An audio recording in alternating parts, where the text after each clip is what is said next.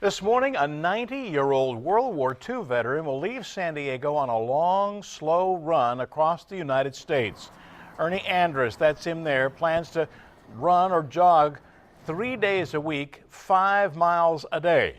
Andrus was part of the D-Day invasion in June of 1944. Recently, he and his former shipmates restored an old landing craft, and Andrus wants to raise enough money to take that craft back to Normandy to celebrate the 75th anniversary of D-Day in 2019. How long is his cross-country journey? Well, the 90-year-old man expects it to take him 3 years.